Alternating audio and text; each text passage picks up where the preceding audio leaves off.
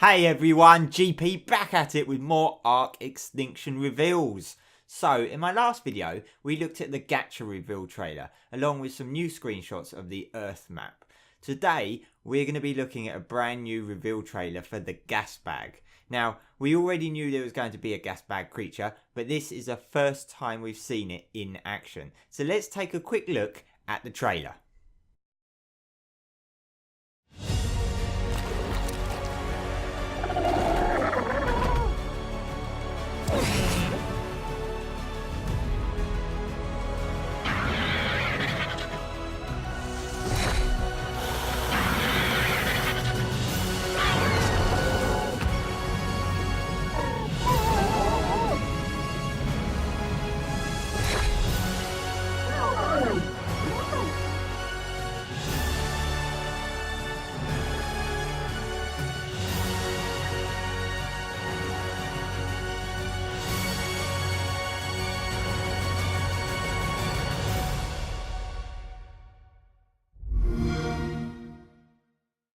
Man, that's so awesome. I knew it was going to be able to take to the skies, but I didn't realise it would be able to launch itself like that.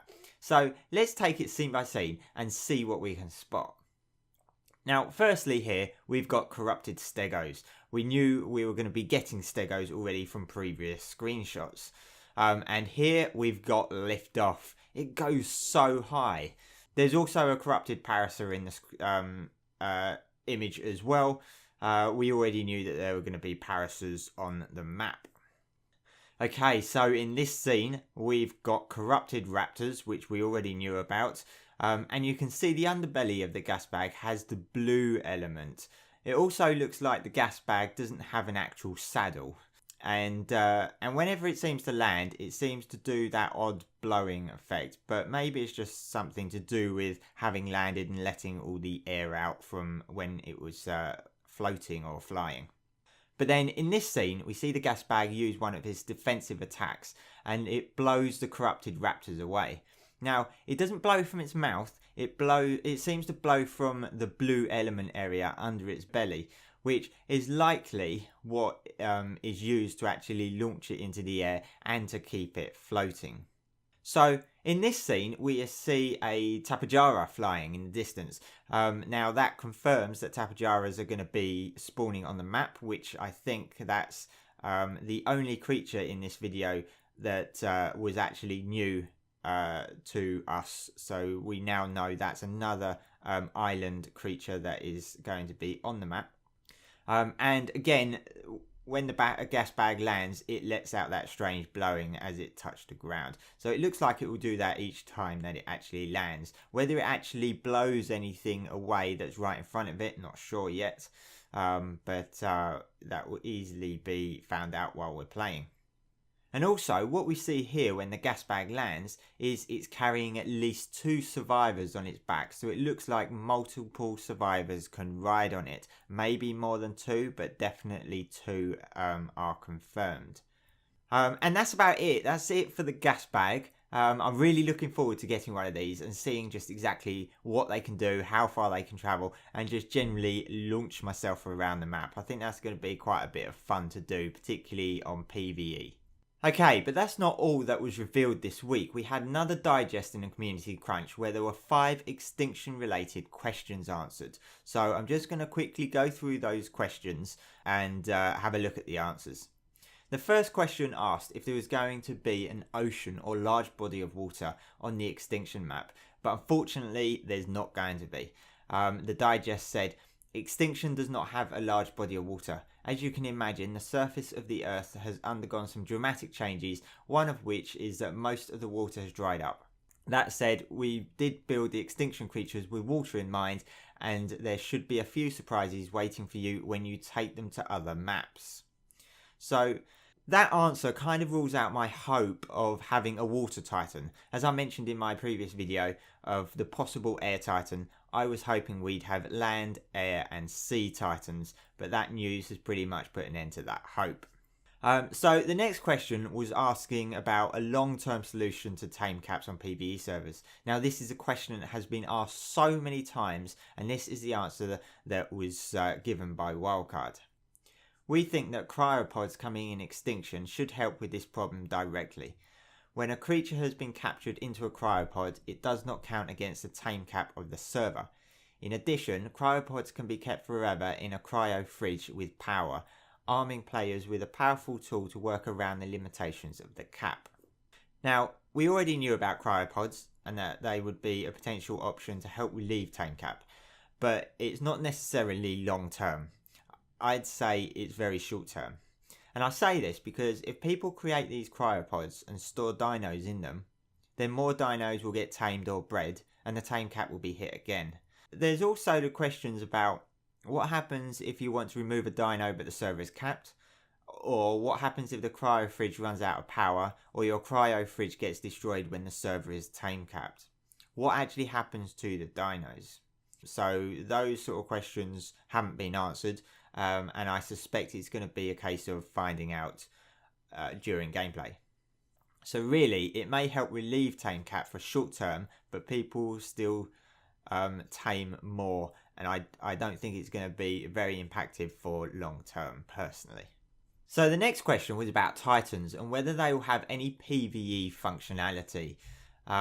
Wildcard said, "Our hope is that Titans bring a new type of PvE encounter to the game with in-world boss fights and interesting new mechanics that are interesting in themselves.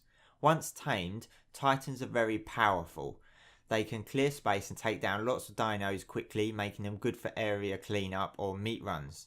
In addition, we work to make each of them fun to ride. I enjoy exploring the various maps on them for that reason."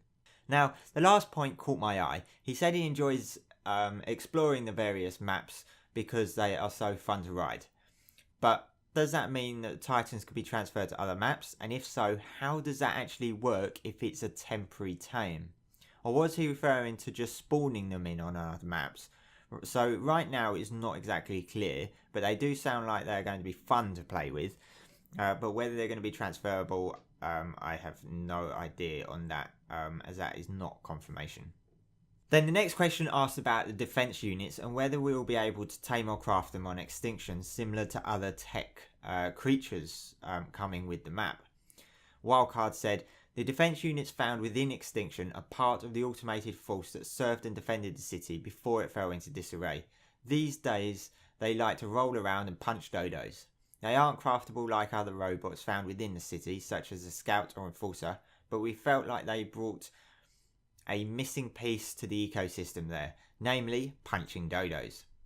So they said they aren't craftable, so I'm going to assume here that they can't be tamed in any way.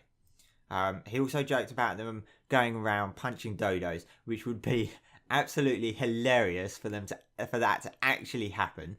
I suspect that was just a joke, but it does make me wonder now, is that actual confirmation that Dodos are going to be living on the Earth map 2 in Extinction?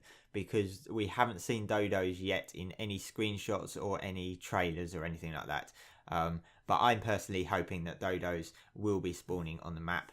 And it would be so cool to have corrupted Dodos as well, so we actually have Dodos attacking you for once, just like it used to be in the early days of ARK. So please Wildcard, have corrupted Dodos.